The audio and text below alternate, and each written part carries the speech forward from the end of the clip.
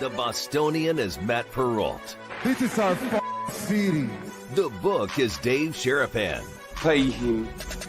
Pay that man his money. Together, they are the Bostonian versus the book. You covered 12. Covered! Follow the show on Twitter at Boston versus the book. How do you like them apples? Bringing you the best insight on sports betting news, Matt and Dave's daily picks, and an entertaining and unfiltered dive into the sports betting industry. Here's Dave Sharapan and Matt Perrault. And here we go.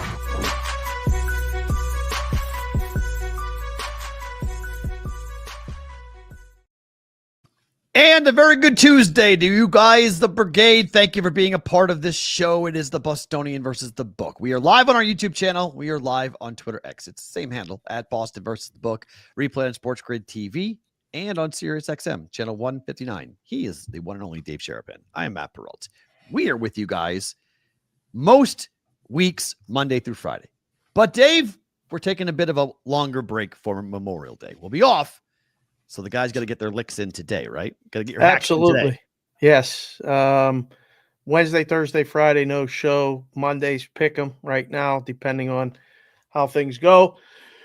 100% for sure on Tuesday. We'll be back. So, Yorkie's already happy with the hat. I'm wearing the hat because it's your last day of having the tush push. It's your last day, Eagle fans. This is it. This is in tribute to you. Every Eagle fan on social media, you guys are losing your minds. I've never seen this before. You guys are acting like they're going to cut Jalen Hurts and you take him out of your team. This is crazy. You guys got to relax. It's unbelievable. I thought Yorkie was commenting on my hat, my Diamondbacks hat.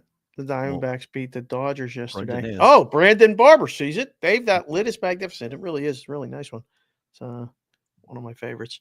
I got a lot of favorites.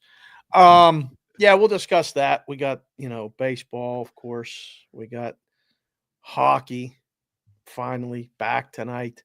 We got basketball back tonight. Some stuff going on in college football. I don't even know. We'll get into that. Craziness. You put a couple things on the rundown. I don't even know. This is where you retain editorial control. It feels like Friday because we're off. Yeah. And so and Amanda gets here tomorrow and I'm going to Utah for the weekend. And so like it just feels like this is like Friday to me. So I came across two stories that we have to talk about because I think they're pretty funny. So these are the two crazy stories of the week so far. It's only Tuesday, but I thought it's worth our time to spend a couple of seconds commenting on what's going on in the world. But little baseball from last night.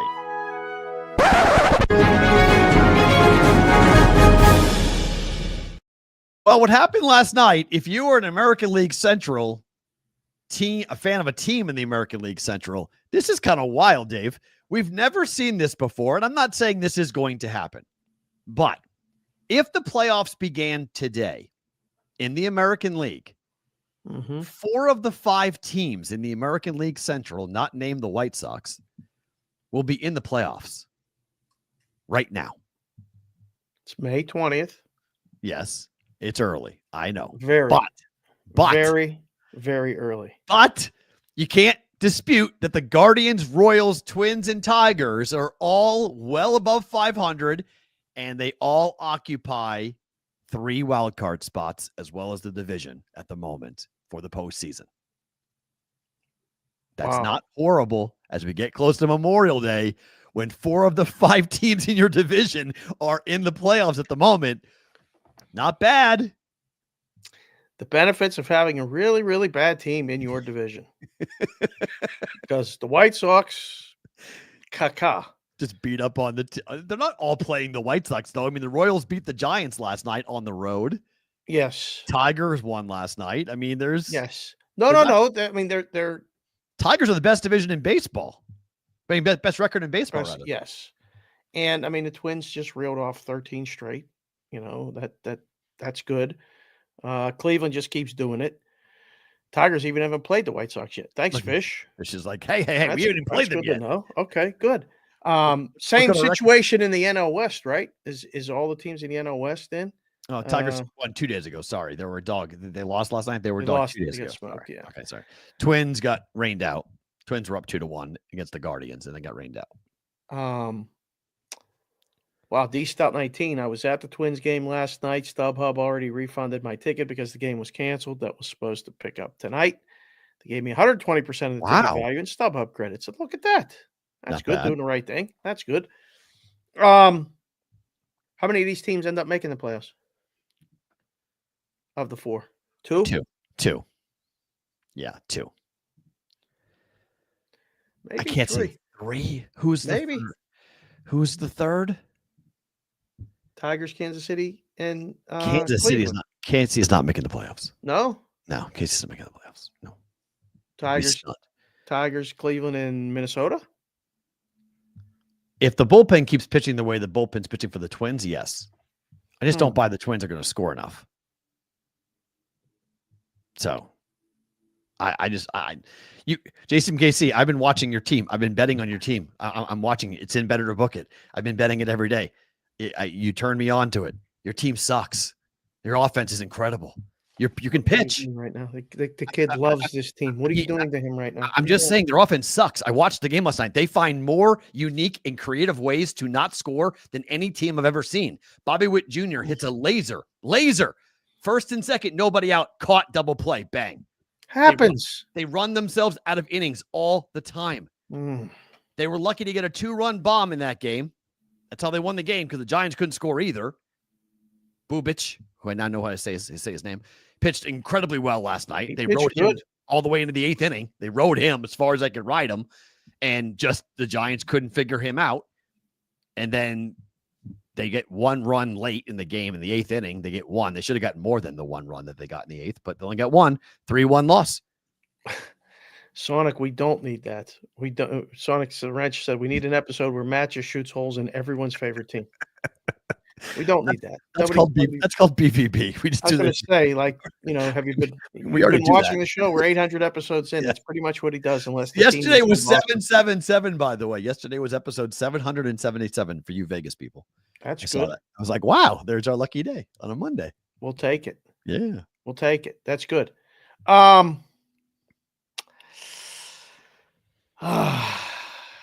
Free Bobby Baseball. Free Bobby Baseball. You want to trade Bobby Witt? You want to go and make him available? Relax. We're in the playoffs right now. The Royals have a playoff team at the moment.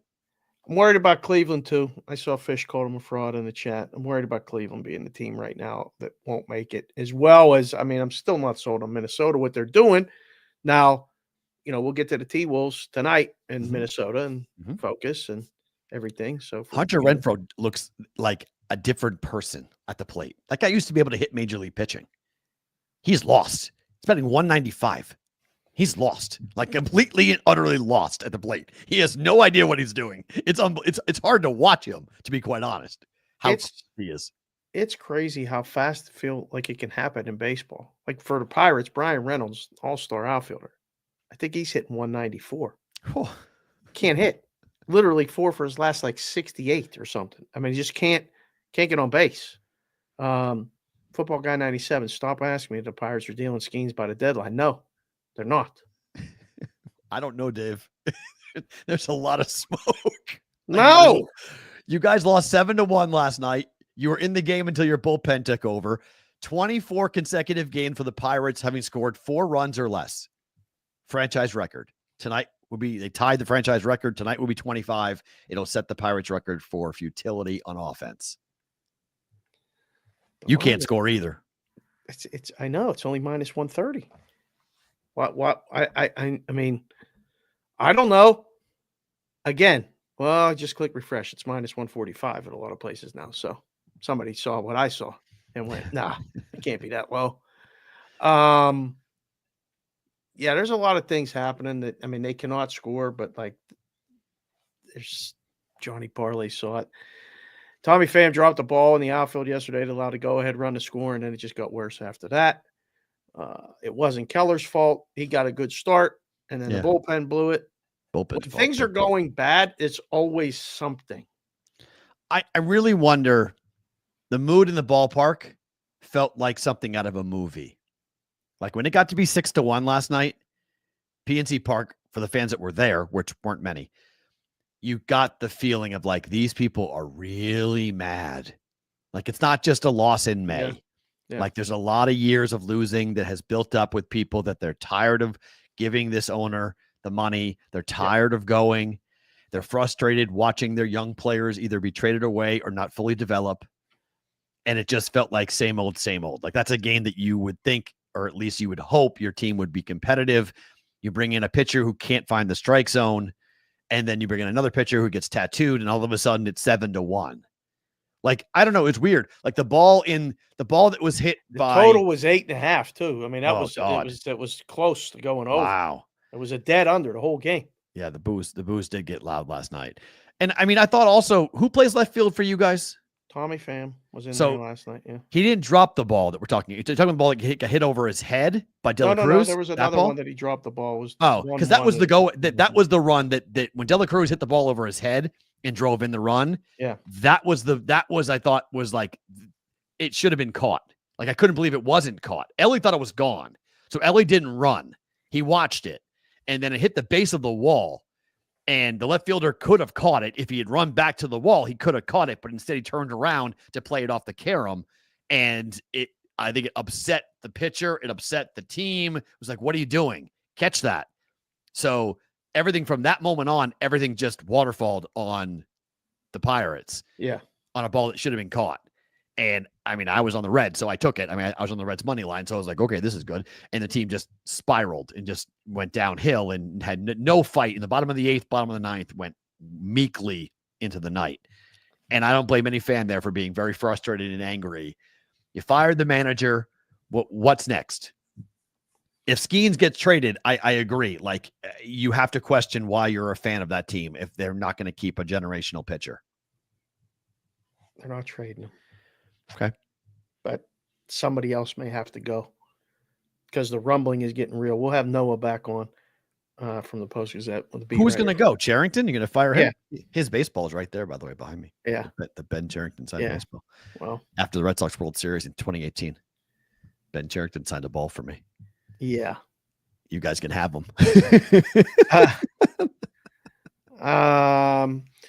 Jimmy Jack just came in the chat and said, Fan plays hard and bats well when he's on a winner. He gives up when he's on a crappy team. A lot of players are like that. Right? Unfortunately. Oh, God. LA Cruz. No end in sight. Will be teammates in LA or New York? Maybe. Wow. Maybe. I mean, wow. Ellie's another player that he's sitting there, you know, what are the Reds going to do with a player like that? You got to build around him, too. You got to give him reasons to show up every day and play hard. Yeah. Well, it's Pirates. Reds Pirates today's 8 total. But yeah, that's right. Martinez and Falter. That one may actually go over. By whom? By the Reds scoring? Because your team's not Probably. Scoring. Yeah, not your team.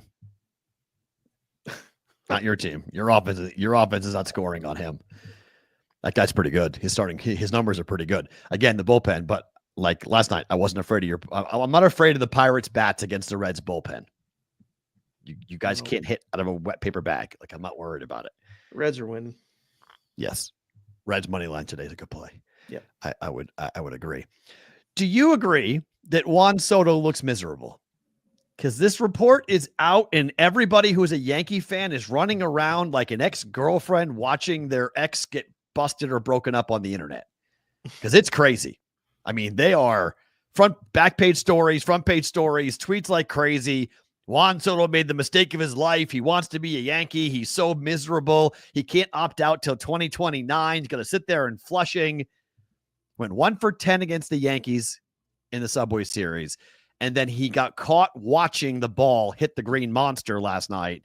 And his manager called him out for it after the game. In his defense, he did ball watch it off the top. He thought it was gone. And like many balls hit at Fenway Park, hit the top of the wall. Probably is out in every other ballpark in America, but not at Fenway because of the green monster. Right. Next pitch, stole second. Waited 1 pitch and went and stole second. So like he was like, what do you want? I was on second base after 1 pitch. Right. So yeah, I made a mistake. Thought it was gone. It wasn't. And then I stole second. So what do you want from me? You got to run the bases. Got to run hard, especially when you're the guy making the most money. When you don't do it and you do it when you don't do it and then you get called out on it, like now what's your defense? Like there's no defense for this. No. Swing, run. Yes. That's especially when you're making the most money in the history of the game. Yeah. There's just no, it's not. Now, again, it's a different world. And, you know, when you get one, you like to look at it, do the little thing. So you make a mistake. Okay. I mean, at least he stole the base. The next thing. As far as looking miserable, I don't know. It's a little soon to be making that judgment. I would agree. Like everybody calm down a little bit. He's been there a month and a half. Right. Like what are we doing? Like, and he's not having the, you know, it's not like he just went to the Mets and like, you know, is killing it. I mean, he's going through it right now. But they're tied for the lead in wins in the National League. Yeah. So like the Tigers have more wins, but they have 29 wins and they're tied for the lead in the National League for wins. Can we just let it play out? Like, do we have to start reading body language? The New York Newsday reported that ESPN on Sunday Night Baseball had asked him to wear a microphone. They pay players $10,000 to wear a mic during the game to be interviewed. It's a fluff interview. It's designed to make the player look good. And then 1 hour before the game, he told ESPN he wasn't doing it. And so they're taking that as he didn't want to either be showcased that way, or the fans who were heckling him and booing him at every moment, he didn't want to be on TV when that was happening. I mean, Yankee fans were brutal for 3 days straight. They made fun of the guy and he went 1 for 10. He didn't hit well. He didn't play well. And then they got on him even louder and louder and louder as he was not performing. But it's very early in the contract and even early in this season to start saying he's, quote, miserable. Yeah. It's not an easy place to play. It happens to people when they go to Yankee Stadium. He's not alone. They're over in right field chirping him where he was, where they loved him. And, you know, they can get on people. Heck yeah. Roll call. It can happen. Yeah. So it's fine. I mean, the Mets are playing well. Like they're fine. Everything is, there's nothing there. I think this is just New York making a story. This is what you people do there. Well, no, this is the first time the Mets have ever taken a player of this caliber away from the Yankees. And that's fine. That's why this is a story, because even people in New York are like, whoa, wait a minute. You chose the Mets over the Yankees. It shows the bias in the marketplace. Mets, it isn't always like this, but Mets and Jets, Giants and Yankees, generally speaking, that's how it is. And so if you are a Yankee fan and you lost Soto because you thought you were going to have arguably the most dangerous right-handed, left-handed tandem in the middle of the lineup for a long time, and you made a very large offer to him to stay, and he chose to stay in New York but not play for the Yankees, you're seeing the bias in the media towards the Mets. How dare you choose the Mets? It's much ado about nothing outside. I would outside of the island. Well, it's outside of the island, except if he performs and the Mets win with him performing. The Mets have a ceiling still. Like they've not hit their ceiling as to how good they could be, and they're one of the best teams in the National League right now. So if Soto gets hot, like after the 4th of July, if he goes on a tear, this baseball team is going to be scary. Right. The Mets are going to be really good. So that's why I think it's kind of funny, because I feel like the Yankees, Judge is batting 400. How much more is Aaron Judge going to do this year? Like Soto's not doing that. Judge is carrying the Yankees basically. So, and Soto's just playing in, he's playing 8 home runs is nothing to sneeze at, but it's not like what we were expecting and what he could produce. He has help. Yeah. He has help. I mean, the Mets starting pitching has been far and above any expectation. And Alonso is an awesome weapon for him. Right. So to have Lindor's doing what Lindor's he does. Doing. Yep. They're getting, Vientos is excellent third base. I mean, they have all these pieces in place. They're getting production. So wait until he gets going. That's the scary part, right? That's my point. It's the ceiling for the Mets is still like they're at like 75% of what they can be. They got growth, they got potential, they can be better than this, and they're still one of the best teams. I don't think that for the Yankees. Like the Yankees can pitch better, But how much more are you going to ask of Aaron Judge? Like, he just had an incredible April, like a ridiculous April. They need help. The Yankees need offensive help. They're in first place, so they may say, no, we don't. But the American League is trash. The American League East is for sure. The American League is trash. I mean, the record for the teams in the Central, I don't buy. I'm not buying any of those teams. Even the Tigers, I'm not buying. They're decent. I'm not buying any of them. Good baseball team. Javi Baez is there's guys who are doing things that last year couldn't find their way to the plate. Like they've got guys who are overachieving at the moment that will come back down to earth just because it's baseball and the law of averages. And I still think the pitching isn't in the back end of the rotation. Still something I'm not jumping up and down with the Tigers. Right. What's going on with Cleveland's bullpen? Best bullpen in baseball, can't get anybody out. Yeah. It's nuts. It's crazy to watch that. The West is. I got Cleveland's bullpen here has allowed 12 runs, 11 of them earned over 16 innings in 4 games. That's crazy for them this season. Like they don't do that. I mean, 11 earned runs was like a season for the bullpen. Yeah, like their bullpen is Class A and company. Those guys are supposed to be unbelievable. So I don't know. I'm just. Steve, I didn't buy it last year. I didn't buy it in August of last year, and I was proven correct. They weren't going to the World Series. They weren't winning anything. It's the same, and I have the same opinion of them right now. It hasn't changed. Like right now, the National League has so much more talent than the American League for teams. Like it's a big mismatch right now in terms of quality and teams I buy. There's 3 teams in the NL West I buy over every team in the American League. Wow. Yeah. I like the Diamondbacks more than any other. Dodgers, D-backs, and the Padres. I like them all, like all 3 better than any team in the American League. How's this, by the way? Scooble's on the bump today for the Tigers. He's 4-0 with a 1.87 ERA in his last 6 starts, 61 Ks and 2 walks. He's incredible. There's no debating him. That's an ace. If he could pitch every day, they'd be the best team in baseball. And somehow they're minus 180 today at St. Louis, who's won 13 of 15, including 6 in a row at home. Holy crap. And go to the Central. Wow. The Cubs have the best lineup in baseball, arguably right now, okay, with the runs they're scoring. Yep. I like the Cardinals more than most people. I bet over on their team they're playing win good. Total. Okay, I like the Cardinals more than most. I still like the Cardinals. You go to the East, I love the Phillies. Okay, the Braves are, they had a horrible April, but the Braves can still figure it out. They're over 500. They're already over 500. So started out 0-7. And then the Mets. Then we have the Mets. I just listed 8 teams that would be better than the teams in the American League. Like it's crazy. I guess I wouldn't put the Cardinals. So 7 teams. I don't think the Cardinals are better than the Yankees, but the Cardinals are a formidable opponent. I think the American League right now is the senior circuit is way better. Way, way, way better. So I'll be excited to see what happens. The Mets I think the Mets are probably in line to make a trade at the deadline to help them in some capacity. I don't know if the Braves will. Braves can't. They're so injury struck. Like they just, and look, where would the Yankees be without Fried? My God, he's been incredible for them. Yeah. So does he come back down to earth?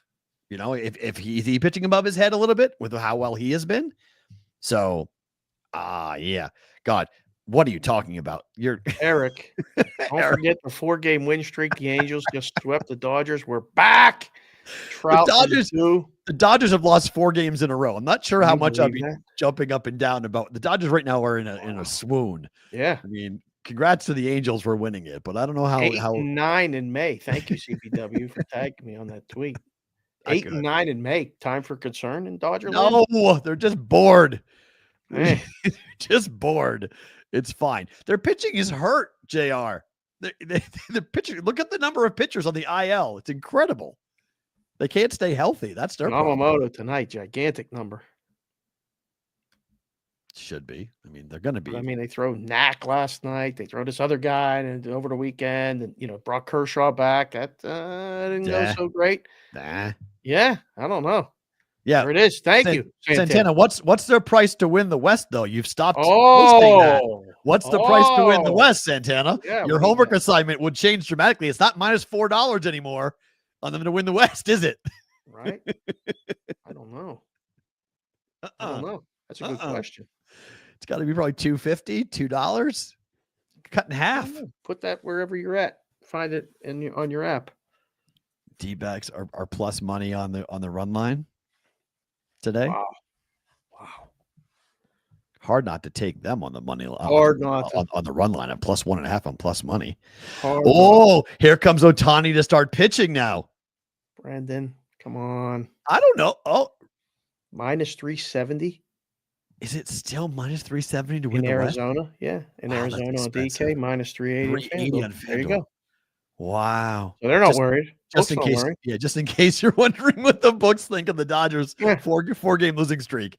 It ain't nothing. They don't care. It ain't nothing. They're like, we're not worried. Like, put it away, guys. Like, stop. Like, put it away. We're not worried about the He Dodgers. lights out, getting his portfolio for the World Series. Put in some D-backs and Tigers futures last night. Not awful. Not bad. Not awful prices. Good value. Yeah. Good build it up. I don't hate that. Is that true? They have 14 pitchers on the IR. That's incredible. Thanks, Dave's Daily. 14. They 14. I mean, it's insane. They can't stay healthy. Again, second straight year, Dodgers can't stay healthy. Yeah, they won the World Series last year. Just in case we forgot. They can't stay healthy, and yet they still win the World Series. Just cruise through. Yeah. Piece together, this, that, whatever. Yeah. 14 pitchers would kill most franchises. Dodgers, we're all good. It's fine. No big deal. We'll worry about it later. Seattle's already used 7. They only used 7 all of last year. Starters, you mean? Starters, yep. Wow. So it's happening faster. I think that's a trend to kind of pay attention to in baseball. Pitch clock problems? A lot of things. I mean, there's guys coming back tonight. I think Strider's coming back tonight for Atlanta. Whoa, wow, that's huge for the Braves. Yep. Is that ahead of schedule or is that on schedule for Strider? I thought it was after Memorial Day he was scheduled to come back. He's coming back. And Bueller's coming back tonight too. For Boston. Okay, well, he was not good going before. I know. So I think it's one of those things that not that they're being more protective, but it's happening more frequently where starters are getting either shut down, hurt, whatever it is, and they're just gonna cycle guys up. They're gonna, the Phillies brought up a guy Sunday just to pitch against the Pirates, Nick Abel, and then sent him back down after he won. Pitched great. Could have had a shutout and go back to the Lehigh Valley. Thanks for the dub. Baseball's cruel, man. Really is. Yeah. You're here for a cup of coffee. Come on up, sit down, pitch, go back. But I don't want to go back. Doesn't matter. Go back to the buses. Yeah. Yeah. The bus league on that. So these are 2 crazy stories that I thought would be fun for us to talk about because it feels like a Friday. It's not a Friday, but I want to get your take on it. When's the last time you got lost driving? Do you remember? It's been a while. I mean, with the Waze app, I never get lost. Have you ever followed the GPS and it's taking you somewhere that you didn't think it was taking you? Yes. Because that's happened. Yes. I would agree with you. That's the last time I got quote unquote lost. I was in a place where the GPS was not working properly and it was sending me down roads that simply, because it happens in Vegas. If you guys don't know this, you should know this. If you're ever driving in Vegas and you're way outside of the city and you're on some of the highways, the apps don't know what's a dirt road and what's an actual paved road. And it can send you, it's why the videos pop up from EDC with all the kids coming home at night trying to find alternative routes around all the traffic. There was a picture that popped up this morning of a car on a boulder. Saw that. That's because a kid followed the GPS, followed the Waze app, trying to get around the traffic that's coming out of 500,000 people going to EDC this week, trying to find an alternative route, and it doesn't tell you that it's a dirt road. And so you hit a boulder, and then your car is up on a boulder, and you're completely SOL. So be wary of that here. And that may have what happened to a DoorDash delivery driver who drove onto the tarmac at O'Hare. And he drove around for miles, Dave. Oh Miles. my goodness. He drove around for miles trying to find a way out, and he couldn't get out. The police, the FAA, all these people finally figured out that this guy was not supposed to be on the tarmac at O'Hare. What food did he have? What food did he have? I don't know if the story says which food. We need to know. I'm curious. Like, did what he was have? Did he have Applebee? Did he have like? Let's see. Pasta. What in the world could he have been delivering? What was he delivering? I'm gonna get this out there. It doesn't say what he was delivering. He had a DoorDash delivery, so we're assuming it's food. And he was trying to find a way, and he said that he basically was shocked by where he was being taken, but he kept going. He was highly confused. A DoorDash driver drove through a secured area before somebody realized he wasn't supposed to be there. The delivery driver drove miles along the interior, all around restricted roads, over O'Hare, potentially crossing runways before somebody spotted him to air traffic control and said, hey, by the way, that car is not supposed to be on the tarmac. Yeah. What is he doing? Wow. Pretty bad. I mean, that's a bad. Yeah, he was just dropping off the bag. He was definitely cold when he delivered. No question about dropping that. off the bag. Right. Yeah. Yeah. I mean, can you imagine like watching? You know how you can watch the delivery guy? You can like watch them where they are. I will confess, I've never ordered DoorDash. Well, how about Uber Eats? Never. How about? I've never ordered a delivery other than a pizza delivery, like that delivers the pizza. Are you serious? Never. I swear. Never once. Anything that I've ever wanted, I just go get. But why wouldn't you just get it delivered? You don't have to worry about it. Because it's more expensive. I never have gotten one of these deliveries. Uber Eats is free. Apps. I don't have any of this stuff. No delivery charge. They may increase the price of the food sometimes, but most often there's all zero delivery fees. They waive the taxes and everything else. Right. So they try to get you to do this. But you've taken Ubers though. One time. One Uber. One Uber trip in your life. Well, when we were in Chicago to do the show last year, that was my first Uber ride. Holy crap. And if you weren't there, I didn't even know how to order it. That's unbelievable. Yeah. No idea. So in 2025, that's a remarkable thing to say. That's crazy. Because Uber Eats and Uber, it's the same account. So like my brother works for Uber. So like he's in Oakland. He works for Uber Health, which takes people to their doctor's appointments. But Uber, it's all under the same. We have that here? Uber Health, yeah. Yeah. Mm-hmm. Yep. I'd have to start doing that. Yep. I mean, you driving it or you taking it? No, driving it. Oh, okay. Yeah. So a little side hustle. Not horrible. Get to talk to some people about what's going on in their life. Right. What's going on every day. Huh. That's my favorite thing about today. It's true, man. That's tremendous. I told you, I went to the doctor's appointment last week. Right. And the girls were with me, thank goodness. And they come outside and the car didn't start. So I was like, what do we do? Kylie's like, I'm ordering an Uber. I'll be here in 10 minutes. Relax. Right. I said, oh, thank goodness. Then we just stand there and wait. Cars drive by and like, is that the guy? Is that the guy? And then she says, no, he'll be here in 2 minutes. Then boom, he's there. And I told you, hopefully, I forget his name. I hope he's listening to the show, watching the show. Yeah, the driver. Right. You got a subscriber. Yeah. Hit the subscribe button, hit the like button, all that stuff. The likes are down recently, and I think that's due to our schedule. Yes, of course. You know, not being a little bit spotty. You guys on the replay crew, thank you. Leave a comment. That's great. Hit the subscribe button. The goal is to get to 3,000 subscribers here through the summer. Let's do it. With that number. I think we can get there. We'll see. Less than 500. Yeah. Yeah. Do that. Yeah. That's not too hard to do. So this story's real. And I think this story is even better. If a guy goes and drives around as DoorDash driving, typically shouldn't take you to the airport into a restricted area. How would you like to be drunk and then join up with a search party and go, we got to find this guy. We got to find this guy. Only to find out the person that you're actually looking for is yourself. This is a real story. I had to question this when you put this in the rundown. I was this is a real story. This can't be. This is a real story. Yeah. That a guy in Turkey A missing man accidentally joined his own search party and looked for himself for hours before realizing that he was the actual target of the rescue mission. According to local media, a 50-year-old man from a rural region in Turkey was out drinking with his friends when he wandered off into a nearby forest and did not return. Worried about him, his friends alerted authorities, who then set up a search and rescue mission to go and find him. According to a Turkish TV channel, when the news of the missing man got out, efforts to find him intensified. In nearby neighborhoods, large groups of volunteers joined the mission. This search party was calling out his name for hours when suddenly a man from within the group spoke up and said, "Who are we looking for? I'm right here." It's unclear how the man found himself into his own search party or how his friends didn't realize that he was right under their nose the entire time. Police were able to safely escort the man to his home.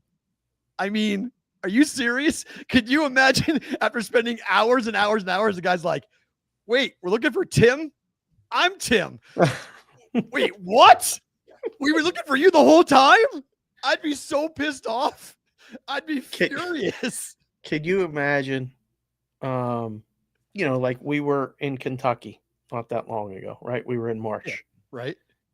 And we're all looking for the shrew. Right. And then the shrew goes, how does Whitrock not know he's looking for the shrew? Or me, not know that we're looking for the shrew, and the shrew's right there. Wait a second. He's right here. This is, at least they found him. That is a good thing. Yes. But what the hell? I saw this thing and I was like, how long did they look for? Hours and hours and hours. Like they had a lot of people out looking for this guy, and then they started yelling his name, and they were like, he was like, "Wait, you're looking for him?" His name is something hard to pronounce. That's why I'm not saying his name. His name is Mutlu or Mutlu, one of the two. I'm not sure how to pronounce his name. Mutlu. Mutlu. Mutlu. Yeah. So that's Bayan Mutlu. Beyhan Mutlu is his name. 50-year-old man. 50-year-old guy. Drunk. I mean, he sobers up and he's like, wait. We're looking for me? I'm right here. We're like, what? He's like, oh, yeah, I was blacked out drunk. I was just walking around. I thought we were out for a really fun walk. This was fun, guys. Like, if he was tripping, I might believe it a bit more than just drunk. But talk about how drunk were you? Right. How much did you drink? Because you could walk around for hours. Like, you can't be as that drunk because you could walk. Like, he's out there walking around. I can't remember the last time I was really, really that drunk. But it's funny. I asked myself that question when I was in Jamaica. I was like, when was the last time I was blasted? Like really? I can't remember, to be quite honest. Early 40s. I got a couple. I know one was in college where the earth was tilted. We're going back that far. Okay. Well, yeah. I know that because I couldn't walk. I walked home, but we had to go down this hill and then up a hill to get back to the dorm from where we were, and it never straightened. I was walking literally. It was a problem. This needs to be made into a movie. Yeah, it does. It could be could be a funny movie. You did it right. You make it really funny. Searching for whatever. Mutlu. Right. Forget about searching for Godot. Searching for Mutlu. I was like, how drunk do you have to be to realize, and when do you sober up? How many hours later did it take you to sober up to realize that they're actually after you? And then do you sheepishly walk away and be like, oh God, and then hi guys? Or do you actually raise your hand and be like, we're looking for me? Well, I'm right here. And have somebody not knock you out and be like, dude, I've been looking around. I've walked 10 miles. Why wouldn't you just say something? What the? You knew who we were looking for. I was like, oh, I didn't know it was me. I didn't know. I just thought we were all out here having a good time. He's like, I was really worried for the guy. I was like, I hope that we can find this guy. You're looking for me? Whoa. Trying to figure out. My reaction would not be good. I'd be furious. What was the aha moment that I need? Because I don't know. Because what happens if his name is in India? I don't know how common his first name is. What happened? His name was Mike. Oh, Mike, and everyone, and wait, which Mike are we looking for? Mike Smith. Oh, that's me. Like, Right. oh, why didn't you say something? Because I don't know if they had pictures or I don't know how how quickly this whole thing came together where they didn't have pictures of the guy to go look for him. But a lot of concerned citizens, a lot of friends in India are walking around trying to find this guy. He just goes Mutlu Polo. Right. Instead of Marco Polo. Mutlu Polo. Mutlu Polo. That's tremendous. Good one. Oh, that's pretty great. funny. So Nice there you job. go. Nice I job. knew that was going to be a fun story. Okay, this is not a fun story. College football. Just when you thought that there wasn't something completely insane going on, we get this story that came out today about whether or not college football is going to determine they may kick people out, Dave. Power conferences are working on contracts that will bind schools to new rules, meaning the new rule basically is you can't sue us in your state if we violate your state rule by agreeing to a federal law as to how to police. If you don't sign this, waiving your right to sue us, we will kick you out of the conference. This is the Power Four. This is not Conference USA who's doing this. This is the Big Ten, the ACC. This is the SEC saying you're going to agree to this. And if you don't, we're going to kick you out. What are we doing? I don't know. I read this article and I had to go back and reread certain parts because I was like, who's muscling who here? Right. This is one of those situations where one, everything happened so fast with NIL and the collectives and this and that. And now the power conferences have huge advantages, but then within the power conferences, certain schools have bigger advantages than others. And they're like, well, yeah, you don't have to sign it. If you don't, you're out. So let me read you in the audience to get you up to speed. This is a Yahoo Sports exclusive. On May 1st, in perhaps a intentionally quiet signing, Tennessee Governor Bill Lee scrawled his name across the bottom of a 6-page state bill. Tennessee's Senate Bill number 536. Details were unearthed last week by Yahoo Sports. Paves the way for state schools like the University of Tennessee, Vanderbilt, and Memphis, etc., and their affiliated collectives to break House settlement-related rules and prevent college sports' new enforcement entities from penalizing those schools. In layman's term, the law is a launched missile towards plans from the NCAA and power conferences to police the revenue-sharing era of college sports, taking aim at the athlete compensation cap, the severe penalties for rule breakers, and the policies that prevent phony booster-backed name, image, and likeness deals to players. But power conference executives have a plan to combat such laws. Officials from the Big Ten, SEC, Big 12, and ACC are circulating a draft of a groundbreaking and first-of-its-kind document intended to prevent universities from using their state laws to violate new enforcement rules and, in a wholly stunning concept, require schools to waive their right to pursue legal challenges against the new enforcement entity now being called the College Sports Commission. So sign this and then you can't do anything. Sue us. Right. You're going to agree that you're giving up your right to sue us, that we will have policing abilities over you. And if you don't sign this, Tennessee, SEC school, Vanderbilt, SEC school, you're out. I mean, this is crazy. Saber rattling is not even like the right word here. What is the ultimate goal is to get him to sign and then nobody can police it? The ultimate goal is to have uniformity. They want it conference to conference or within a conference? Within a sport, within sports. They want so the SEC wants to be the same as the Big Ten, the same as the ACC, the same as the Big 12. So you have like the power brokers, right? You have the powers that be that run the conferences. Yeah. They want everyone, all 16 teams in the SEC, all 18 teams in the Big Ten. They want them all to operate under the same rules. But if you live in Tennessee versus Illinois versus Texas, those laws in each state are different. Right. So it's enabling the states to say, I don't really care what your federal law says. I'm doing what I want because my governor has a bill signed that says I can do this. So I'm doing this. And what are you going to do? You're going to sue me? Okay, go ahead. Come to state court in Tennessee and see if you can win. You can take your federal law all you want, but states' rights have superseded the federal government for years. We'll wind up in the Supreme Court. So what the conferences are saying, okay, great. You want all that TV money we negotiated? Awesome. Sign this. Right. If you don't want that TV deal, that's fine. Have fun being UMass and being independent. Go book out your 12 games and go, try to get into the college football playoff without playing in the SEC.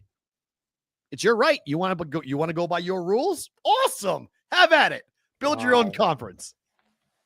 Jeez. Who's going to do that? Well, I don't think anybody will do it, but is this actually going to get to the table like this thing, or is this just all being passed around like as a threat? The document is meant to be signed by all power conference schools, perhaps as well as other opting into the settlement, as well as a way of binding the group and provide stability around the enforcement rules of college sports.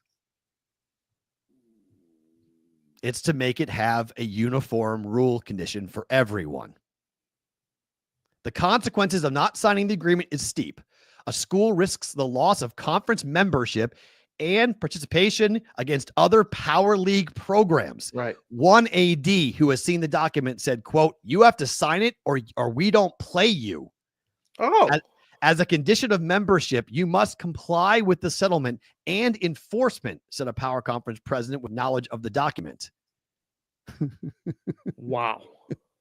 We're not just you can't play in the SEC, but every school is going to blackball you and not play you. Right. So you can't play anybody. Right. So essentially you can't play sports anymore. You can't play football. Nobody will schedule you of any consequence. 5-second timeout. Celebrini just scored an unbelievable goal in the Canada-Sweden game in international. One of the prettiest goals I've seen in a while. Wow. Oh my goodness. What tournament's that? Whatever this international thing where they're all playing. Fleury's there, Crosby's there. The whole place is Sweden. It's now 4-2 Canada, second period. If you're around and watching NHL Network, it's on. It's fantastic hockey. My goodness. No, you're right. Sorry, go ahead. No, this is not about Tennessee, Josie Myers. You're right. It's about states like Tennessee who are signing bills to protect the schools in their state from having to comply. That's what this story is about. They don't want this to be a piecemeal state by state like it is right now. Right. It was easier for them when the NCAA in Indianapolis controlled everything. They want to control everything, and they don't want states and governors from getting in the way and signing these bills. I don't know. This is. I read it and went, I don't think this will end up happening. I think this is just kind of a thing that they're floating around to push. I don't know what the solution is, but something has to happen, right? This isn't it, I don't think. But this may help them get to something. My opinion. I'm not a lawyer and don't know. But the way it's going, and this just, spend more when other schools are going, yeah, we're not spending anything. That's it. We need to know what everybody's making, what all these deals are. Transparency, you thought would be good, but at the force of having one arm behind your back saying, sign this or you're out. I don't know about that. The only people who will win here are the lawyers. Yeah, they all. This is lawyers on lawyers on lawyers. This is I mean, it's bad. It's really this is the point. The AD of Colorado, Rick George, said on a panel at the Fiesta Bowl Spring Summit earlier this month, we've got to stop trying to circumvent the rules. That's college sports, isn't it? that's been the beginning of it, right? I mean, been that way forever. Now at least it's all to the surface, but I mean, I remember sitting and listening to people talk about the NCAA and tell me that the NCAA really is operating on a house of cards because, like, these are state-run institutions, and having one governing body be able to impose draconian penalties on these schools that hurts the entire student body. From a legal, this is a legalese telling me this, but like from a legal standpoint, the NCAA really had no legs to stand on. The schools were just giving the NCAA the right to do this to them. And if anybody actually wanted to step up and go, you know what? Why am I giving this power to you to do this to me? Like, right. I operate in this state. I'm in like Alabama and you're in Indiana. My laws are different than your laws. Why do you get to come down and affect me and try to take away my football program or try to take away my ability to make money with my football program? Like, who are you to do that? So this was always like bubbling under the surface that this is going to happen. And now we're going to the federal level trying to pass these laws. And we've got, conversations going on where Nick Saban might very well lead college football, which I'm good with, and having some type of uniformity, but every school has to say yes. Yeah. And if every school doesn't say yes, there's some bullying that's got to go on, right? You got to bully them into taking the bait and becoming part of this collective. And if you're not going to take the bait on it, well, what's the other recourse? It's like almost like the Civil War, right?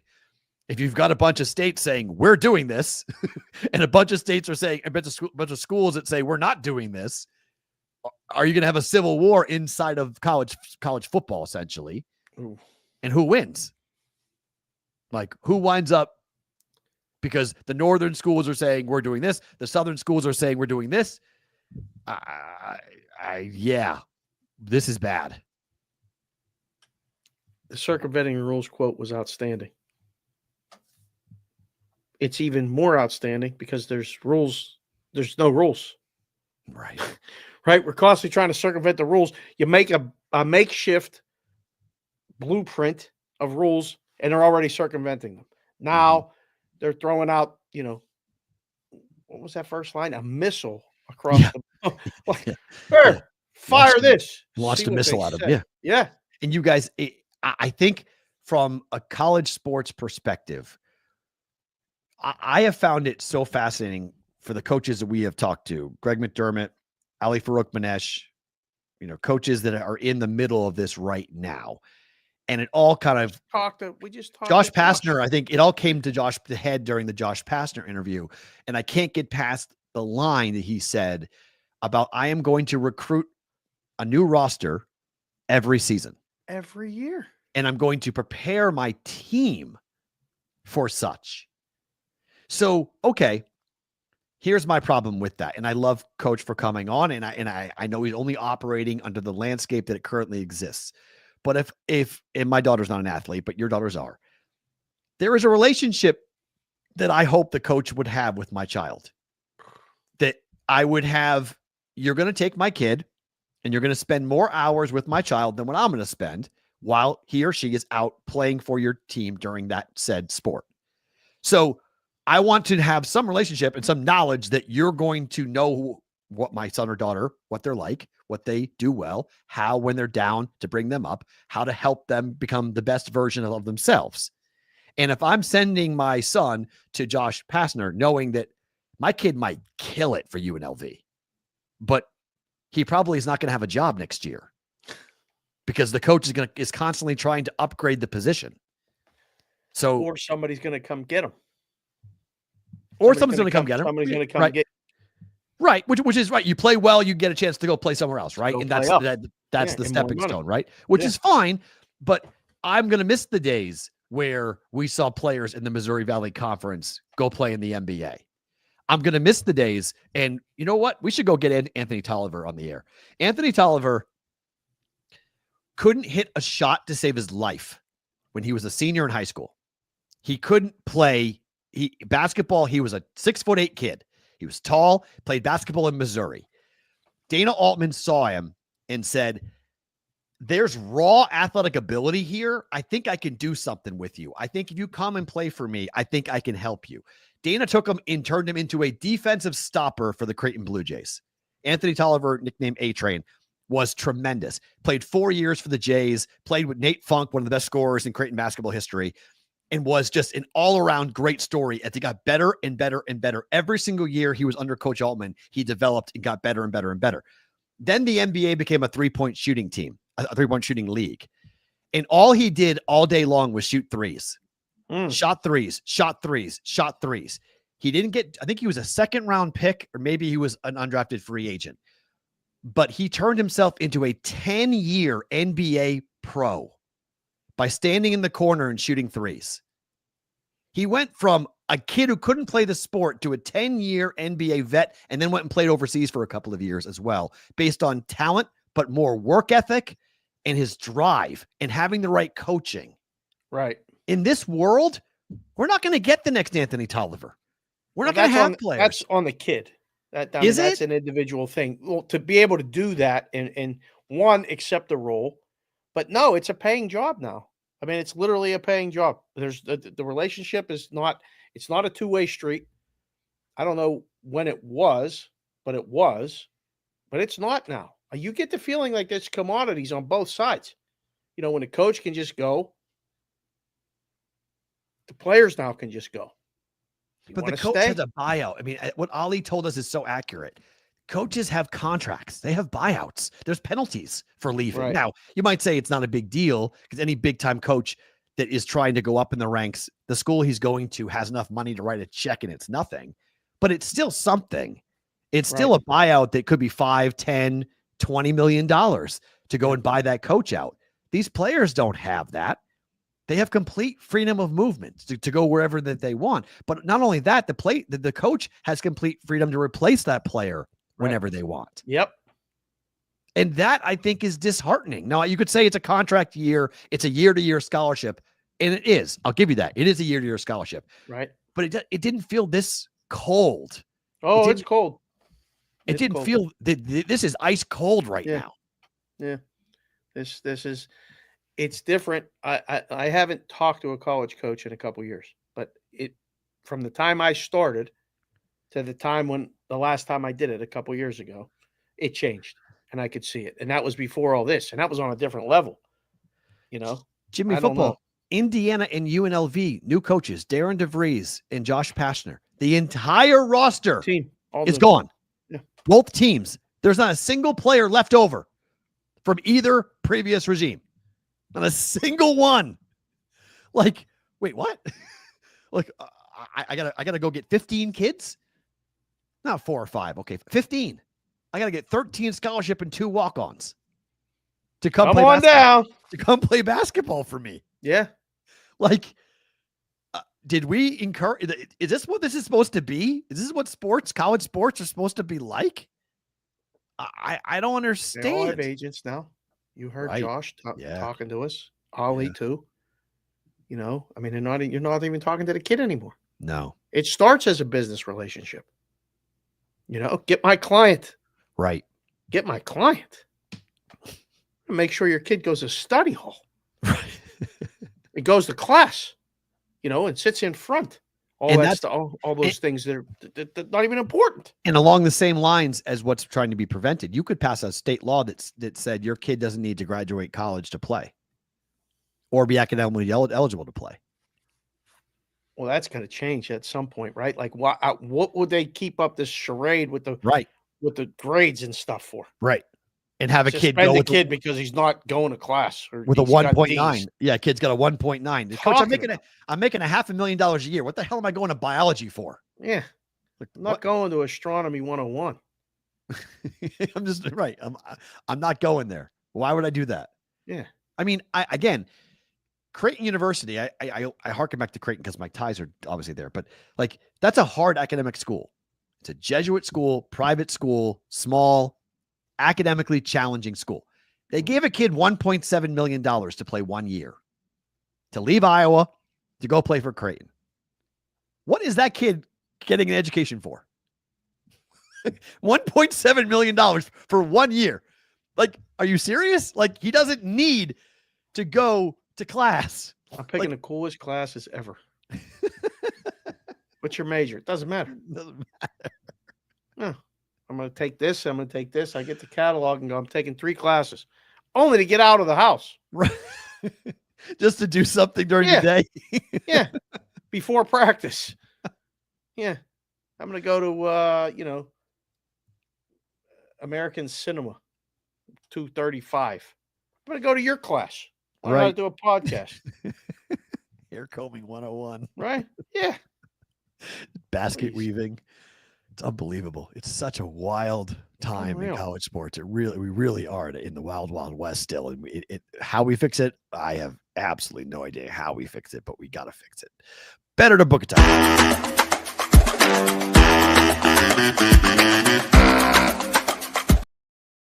All right, let's go to tonight.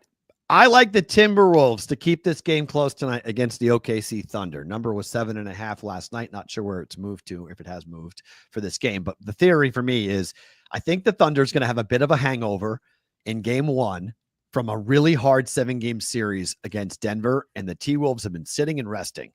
And I expect them to come out on fire tonight against OKC. They may lose the game, but I think 7.5 is too heavy. Makes perfect sense. I'll book it.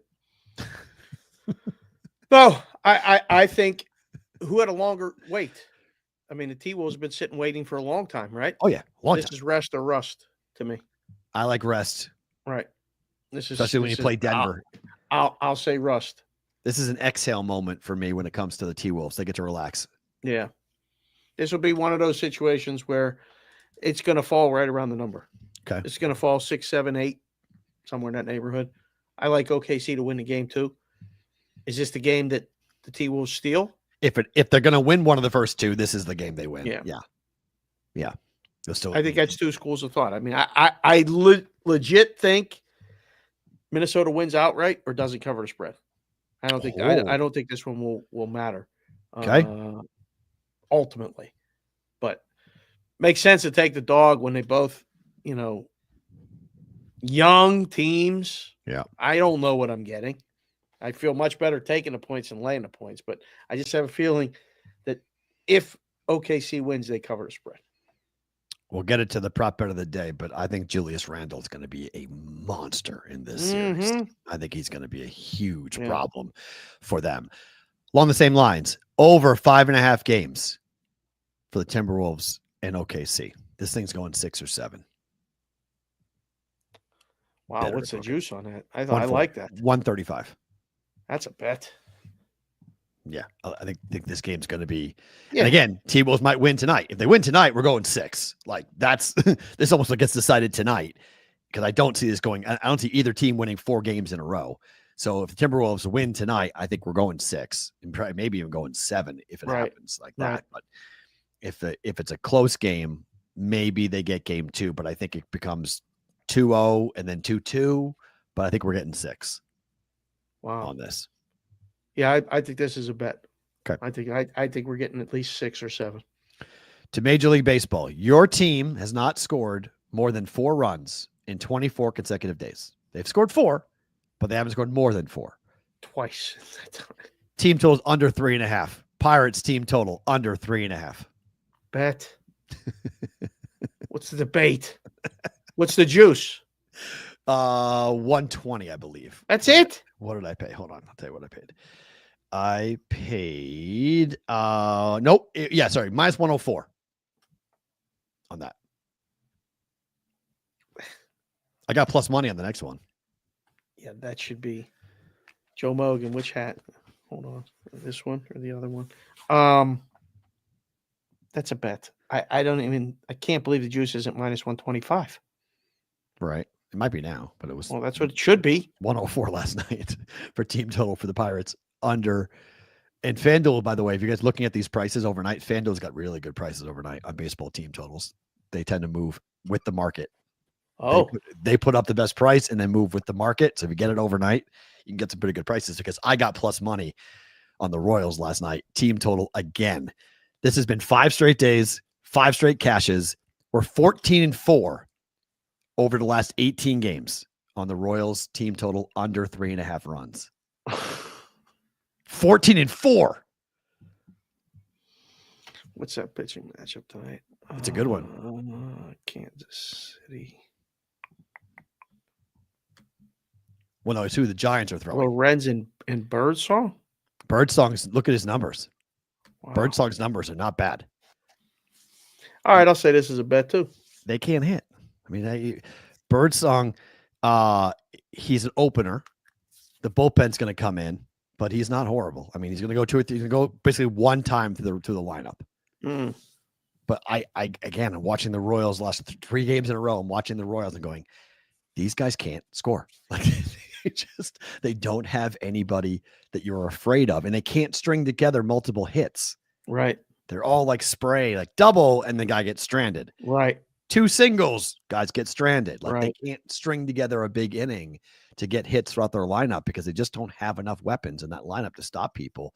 And the Giants bullpen is really good, even though they got hit pretty hard yesterday. So yeah, the Giants bullpen is good. So, I mean, that's Rogers yesterday, opposing batting average of 125 in a one. I think his ERA going into that game was 130 or 140, and he gave up the 2-run bomb. That's how they lost the game. He was throwing wiffle balls yesterday, so it was unlike him. He had a bad outing, so normally they're pretty good. Look at that number. Look at that. KC is 19-4, under 3.5 runs last 23 games, 9-1 in the last 10. Thank you, Johnny Parlay. It's just a bet, rinse and repeat. Yep. R33312. Yeah, that's a bet. Rockies at home though are a little. You gotta be a little careful of that. I mean, but yes, Rockies and Royals and Pirates team total auto fire under. Rockies, you can include that, but I'd rather just fade the Rockies and bet against them on the run line versus what they're capable of doing. Well, yeah, what's 4.5? Well, 4.5. The books were putting 4.5 up, JC from KC last week. They were putting 4. I couldn't believe it. So they've gone back down to 3.5 now, but they were throwing 4.5s up there. We're going like, what are you doing? Putting 4.5. They're not scoring 5 runs. Like, no way. Like, that's not happening. So yeah, Jimmy Football, just keep on betting it. Like, just keep on betting it just because, that's just totals 8 in the Kansas City San Francisco game. Yeah, because it's the Giants. Giants don't score at home; they score on the road, and that ballpark is just should be another again tonight. Probably so. That's what. Somebody shoot. What's that stat? I forget because somebody said, I think it's 9 straight Nerfies for the Royals. Oh wow, okay. 9 straight. They've gone no run in the first inning, and under has gone like 8-1 over the last 9 games for the Royals. So, like, you can, if you have a same game parlay option, you could do team total Royals under, no run in the first inning, and the game goes under. Wow. Bet all 3. And you might be able to actually cash some decent tickets with the Royals. So that's another way of approaching it if you want. If you're fortunate on that way. What's the prop? Well,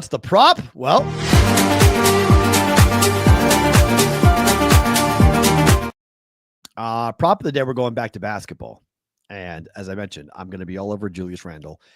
Julius Randle, points, rebounds, assists, over 32.5 is even money. I think this dude's going to be everywhere on the court tonight. He's got a shot to make the NBA Finals. This is a career-building type of opportunity for Julius Randle. Ooh.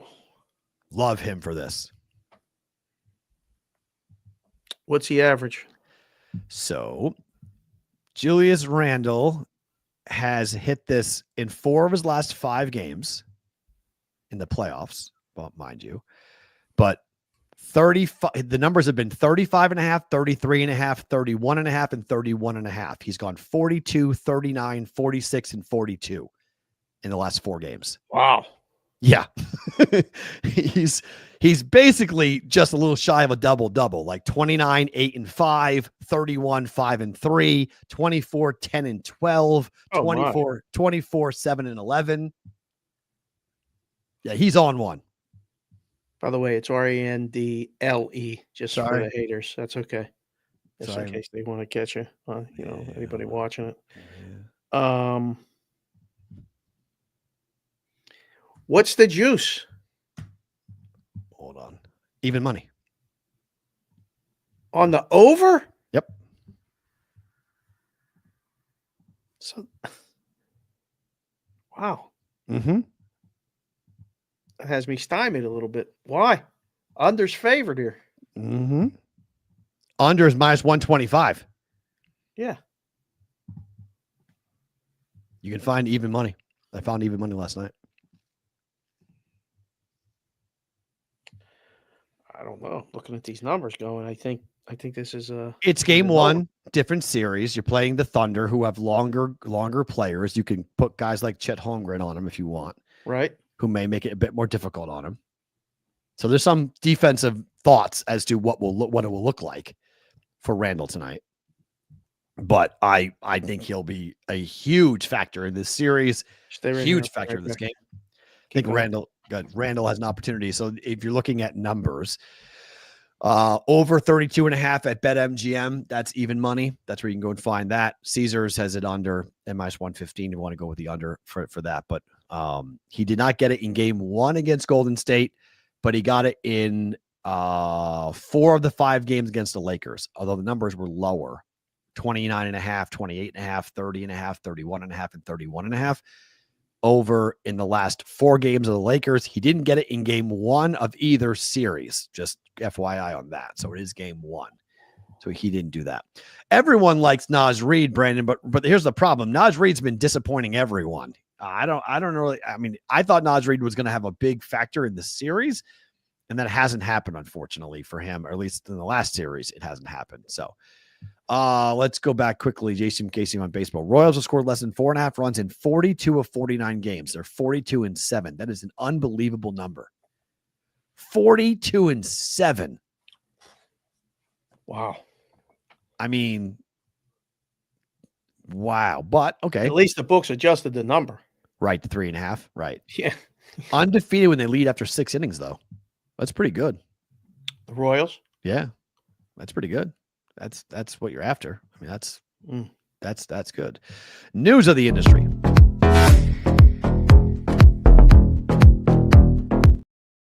News of the industry. This is an interesting story because we've talked a lot about prediction markets and whether or not prediction markets are going to be allowed to exist in America.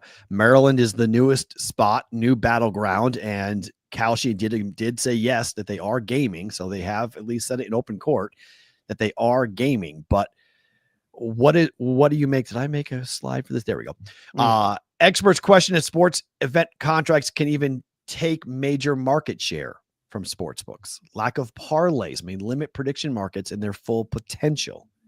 This was from a panel at SBC yesterday. Dave, do you agree that we might be overreacting a bit here, that sports prediction markets, because they don't have parlays, aren't going to take that big of a market share?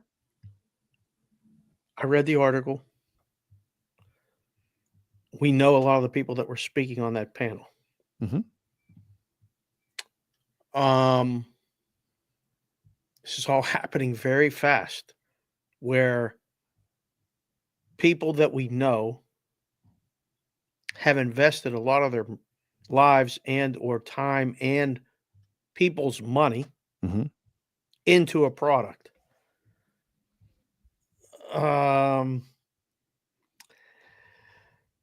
They have to say that. Interesting. I think, well, because if you want to believe what you're doing has value and sustainability, and you don't have to go maybe pivot and get a different vocation, okay. You have to say this isn't going to hurt sports books. Now, I agree. The regular guy is going to use sports books. The regular bettor, I think 100% is going to use sports books. You're going to use FanDuel. You're going to use DraftKings because that's what they know. That's what they're comfortable with. That's what they are. And it looks like they're used to looking. Sports contracts look different. Can I ask you a question? Yes. Because I this has been, whenever I say this to people who are trying hard to make this a reality, they try to say that I don't, and fine, maybe I don't know what I'm talking about. If there's going to be a massive money laundering and or scandal that has to be investigated based upon large amounts of money being shifted in and out of a contract, a sports prediction market contract, Who is in charge of watching that every day? So I have a hard time when I ask this Nobody question. in charge of anything with this right now. Well, right now, sorry, Will, we haven't swore, but I need to swear every now and right now. There's 2 fucking commissioners of the CFTC. There's supposed to be 5. There's 2. So not only are we not watching, not only do they not know what to watch for, there's not enough people to watch the volume that we're talking about right now. And so I have a hard time with this going, okay, it's not going to have a major market share, a major impact, but we know that people come over from other parts of the world and other states and whatnot. They come over to Nevada, and oftentimes they look to lay off their action. And sometimes they don't want to have to deal with the problems of doing that. They can just go to Kalshi and do it because no one's paying attention and no one knows what even to watch for. So I said this on LinkedIn a couple 2 months ago, and a guy was like, do you understand what the federal government can do? I'm like, do they not? I'm not sure they know where to point the gun. Like, they may have the biggest gun available, but they have no clue where to point it when it comes to an investigation. This is what the sports leagues are worried about, because if we're having a Jonte Porter type of situation going on in Kalshi, where we got teams that could be throwing games, who's investigating this? Like, all of my action, if I was doing something shady, all of my action would be on Kalshi at the moment, or at least some type of sport prediction market, because there's nobody home. Am I wrong? No, I'm watching it going, well, I always think about, because we know so many people, and I know so many guys that like work in books or work for sportsbook companies, and like the lesser ones can't compete with this. Like, they can't compete with the big ones anyway. Mm-hmm. But if you can find a niche and have 3 states or 4 states and that's enough, okay. But if somebody comes in like this, your big players are going to go, I'm doing that. I'm definitely doing that for many reasons, but your reason being right near the top of the list. No one's going to ask any questions. Unless somebody comes knocking, and then will they? Who's knocking? I don't know. It keeps. I mean, like we talked about that. They're leaving for jobs in the private sector. I went, what? The latest is the CFTC. One of the other commissioners is leaving the CFTC to go and lobby on behalf of a commodities exchange. Yeah, how about that? The same. She's going from regulating the industry to now lobbying on behalf of the industry. Do you have to be a lawyer for that? Back to the CFTC. I that might be my swan song. That might be my retirement key. What do you do? I just turn and I lobby for them all now. That's great. I don't understand any of it. It makes no sense to me. What's happening in real time? We're watching this play out. And I was talking to someone on LinkedIn about this today. We're watching this play out. And this is better than a movie. This is real time. Yeah. If you're paying attention to all of this, watching these people go from the CFTC to the private sector to then lobby the CFTC and work on behalf, the person who is leaving, like I mentioned, to go work and lobby on behalf of this big commodities company to go and lobby the CFTC, the replacement that's been nominated for her replacement is one of the head guys from Kalshi. Like, wait, what? like, hold on a second. What? Does anyone, if we stop and ask the question, it looks like really simple, but the job swapping. Yes. It's just, everyone's just running around here, and we're talking millions and millions of dollars that I wouldn't be paying attention to this if it was not sports gambling related, but it is sports gambling related. So we're paying attention to it, and we're watching these lawsuits play out, and Kalshi and open court in Maryland agreed that they are gaming. Like we are gaming. And everyone's pulling up the whole statute of the CFTC, and they're like, what can't they regulate? They can't regulate gaming. Like, so when you tell the state to go fly a kite, that the only Kalshi's point in court in Maryland was the only people that can regulate us are the CFTC. Nobody in Maryland can tell us what to do. Only the federal government. And they're like, well, you're saying you're gaming. Yeah. But there's all like language in there that makes it unlike that Maryland can't do this, but you are gaming. Yes, we're gaming. What? Hold on a second. Awesome. Wild to watch. Like it is like, I'm not a lawyer, but like this is fascinating to me reading all of these arguments that we literally are arguing the definition of is like that's where we are now. Or it's crazy. It really is. And like, we'll get Wallach on and see what he can say. We had who was what was his name?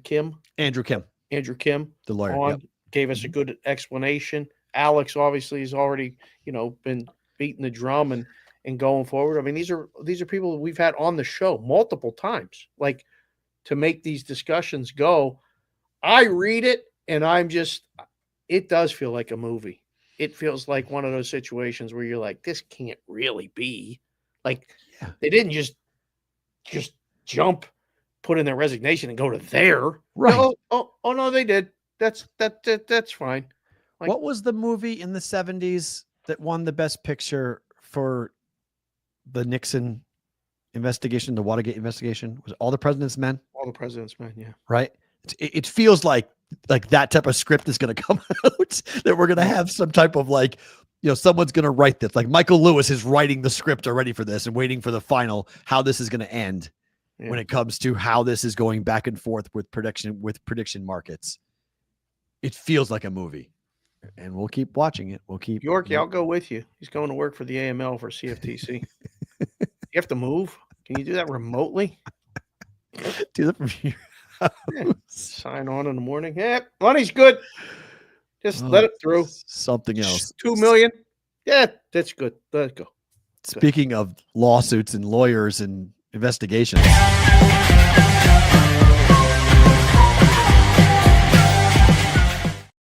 Well, Otani watch, and lo and behold, another day, another story involving Otani as the lead prosecutor for Shohei Otani, the baseball betting investigation, resigns. Yep. As the New York Post. Hold on, you're frozen. Just wait. We need to hear you snap your fingers because we got a graphic up. So tell us when you're back. You're not back yet. Okay. Now you're back. Okay. I think so. Lead prosecutor in the Otani betting scandal has resigned. Yeah. New York Post says this is very good news for anybody who was worried about having to go testify in court about anything else. No more investigation into Ippei. It's over, done. Ippei was supposed to have reported to start his 51-month sentence, but they pushed it back to June 16th because they think he's working with the investigators. But this guy just walked. The lead prosecutor just says, sayonara, I'm out. Goodbye. I don't want to be here Something's anymore. happening with your camera right now. You're all out of focus. Ooh, I don't see it. Okay. Different. Yeah, that was weird. You're still. It's all adjusting. No, it's not the way it was. But my connection is unstable. Oh, yeah. It looks unstable. Good news for, some people. I got the text about the Resorts World. Good news for them too. Mm-hmm. So we'll keep an eye on that as well. I guess. I don't know. I got word that he allegedly took a deferred resignation. What does that mean? Offered by the Trump administration to U.S. attorneys. And he may have qualified for an extra amount because he was in that office so long. So, golden parachute? Sounds like that. I don't know. Took a golden parachute and got out? Yeah, bye. I don't want you to be here no more. Does it relate to Shohei or not? I don't know. I have no idea. Don't know. You think it does? I don't know. It's just rather convenient. Wave bye-bye and right. It's rather convenient. It works out quite well for that. It does. Yeah. Let's see let's see what happens. Oh, that's good. We'll reset. Did that fix it?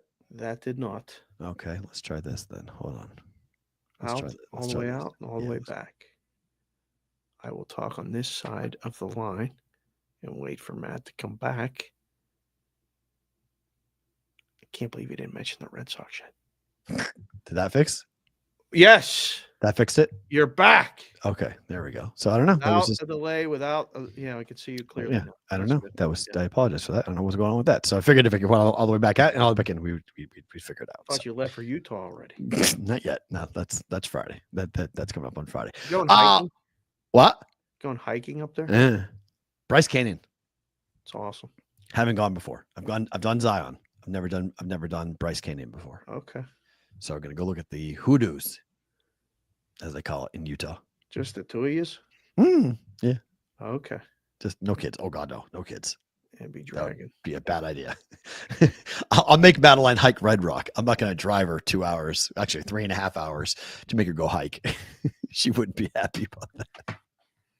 That would not. We made the kids walk. We didn't know what we were doing. We had all the kids. We just said walk. They had flip flops on. To Zion? Mm-hmm.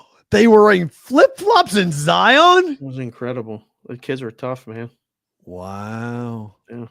I'm going to actually mention that to them when we get off the you show. should. Remember that time we went to Utah and you guys went on that hike with us? We said, we'll just go walk around. Well, With flip flops. they were good. They were complaining. We had Kendall walk. Oh, God. That's awesome. Yeah. That's tremendous. Yeah. So we're just going to jump up just for a night to jump up. We're staying in St. George on Friday night and then hiking on Saturday and then coming back. There you go. Nothing crazy. Just a couple of hours and Right. St. George. She's never seen Utah before. So we'll go show off. That's good. Yeah. Watch your speakers, boys and girls.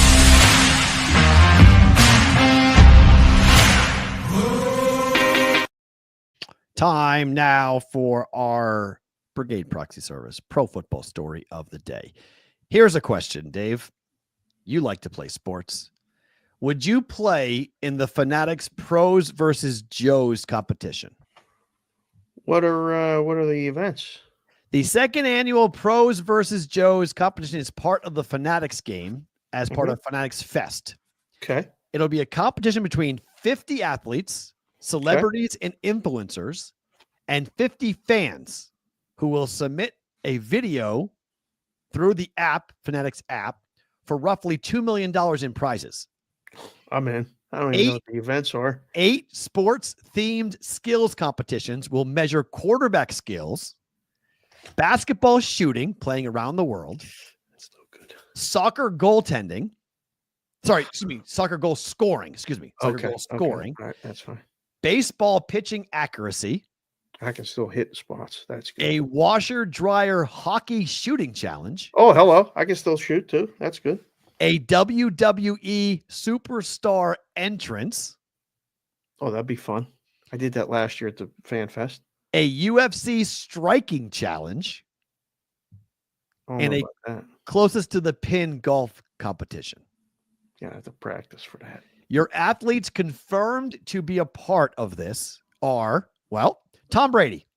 You're going to measure your quarterback skills against Tom Brady, against Jaden Daniels, against CJ Stroud.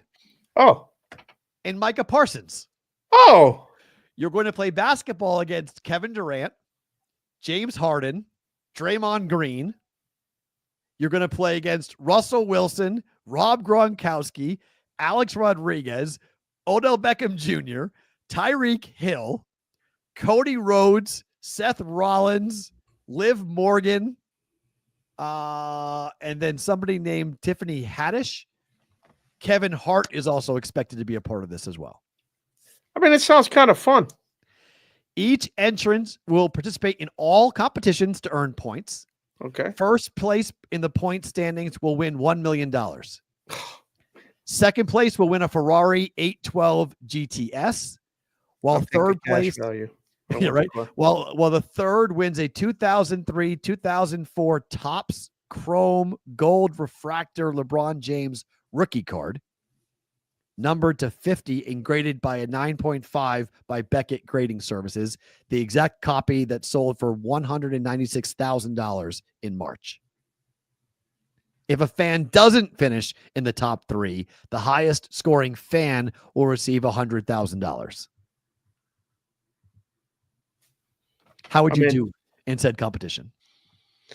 I would have to start training tomorrow, maybe tonight, because there's a couple things in there I would not be doing.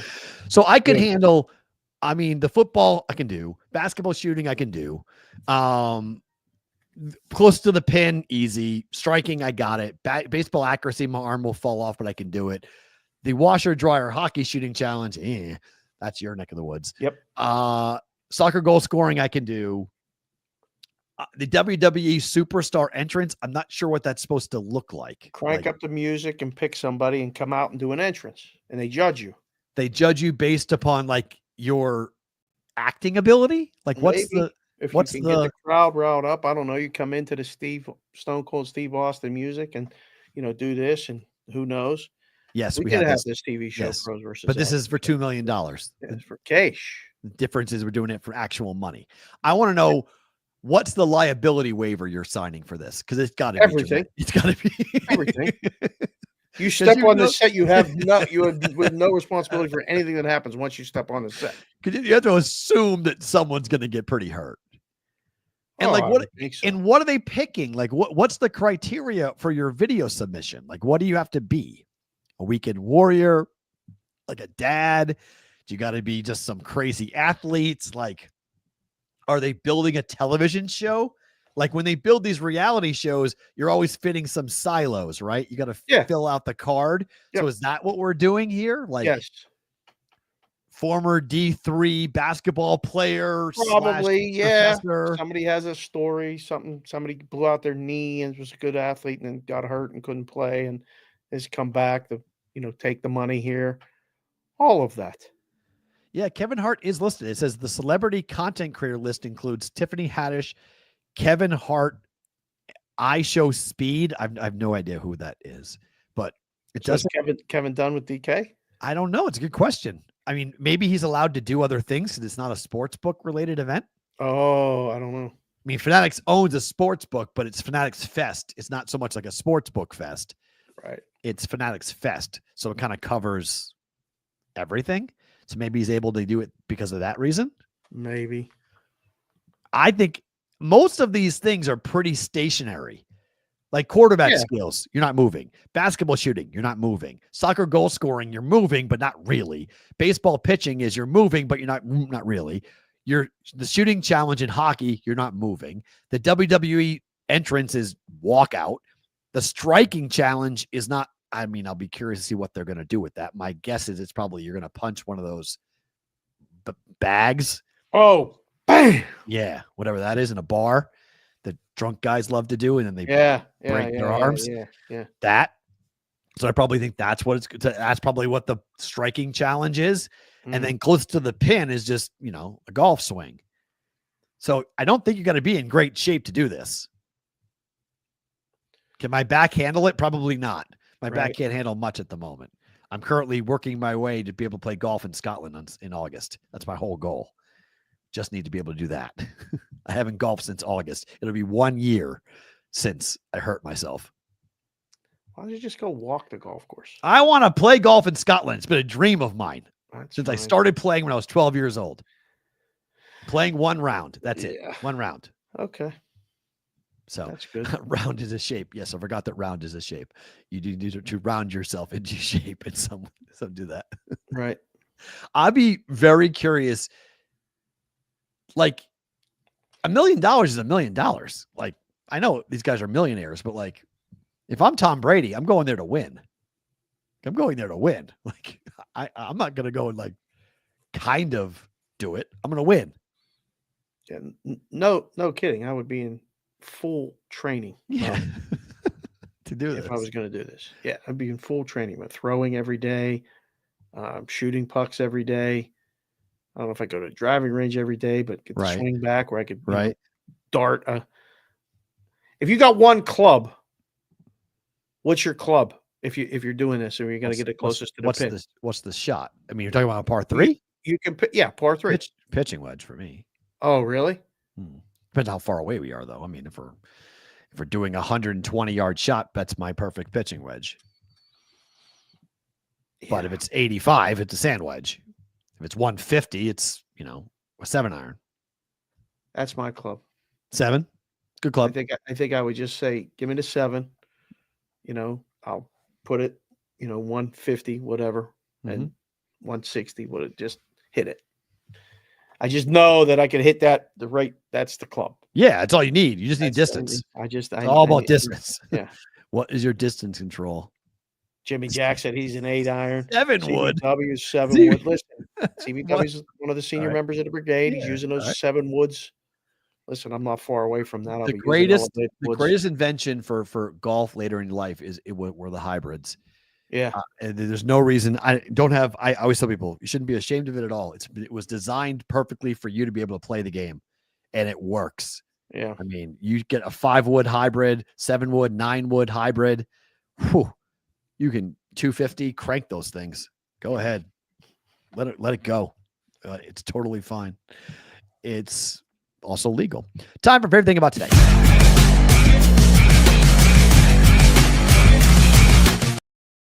Favorite thing about today is what, Dave?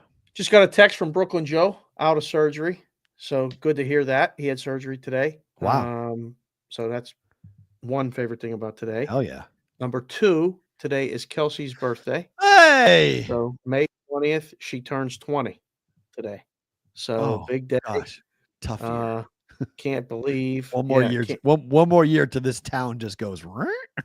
Can't believe that she's 20 years old. That's awesome. Today. And then the last thing is, boys, we're taking a couple days off. We'll be back.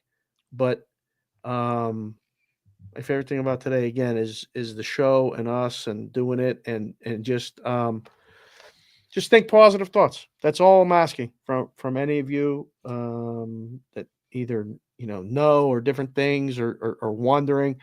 Just keep a positive mindset, and we'll keep trucking along. That's it. That's all I can say right now. We'll know more later, but positive mindset. I had an unbelievably bad night a couple nights ago, and then last night I had an unbelievably good night. Oh, good. Which was good. So put me in a mindset today that was good, and I want to stay there. So favorite thing about today is positive mindset. Amen to that. Yes. Yeah, I can go a long way. Sorry. I'm choking. For me, woke up today. Today was the last day I had to make a lunch as an elementary school kid. Last full day of school for Madeline today. Yes. This is it. This is the last afternoon pickup. Yep. This is her last full day in this school. She goes to a new school next year. A lot of finality, a lot of end things going on with this. And I don't know. I have found myself I'm a nostalgic person at times, but I've been really nostalgic for the last couple of days going like, this is really kind of wild. Oh, I'm a mess. I'm a mess. I mean, I really am, because it's the last one. Yeah. We always knew we had another one, and now we know we don't have another one. Right. And it's done.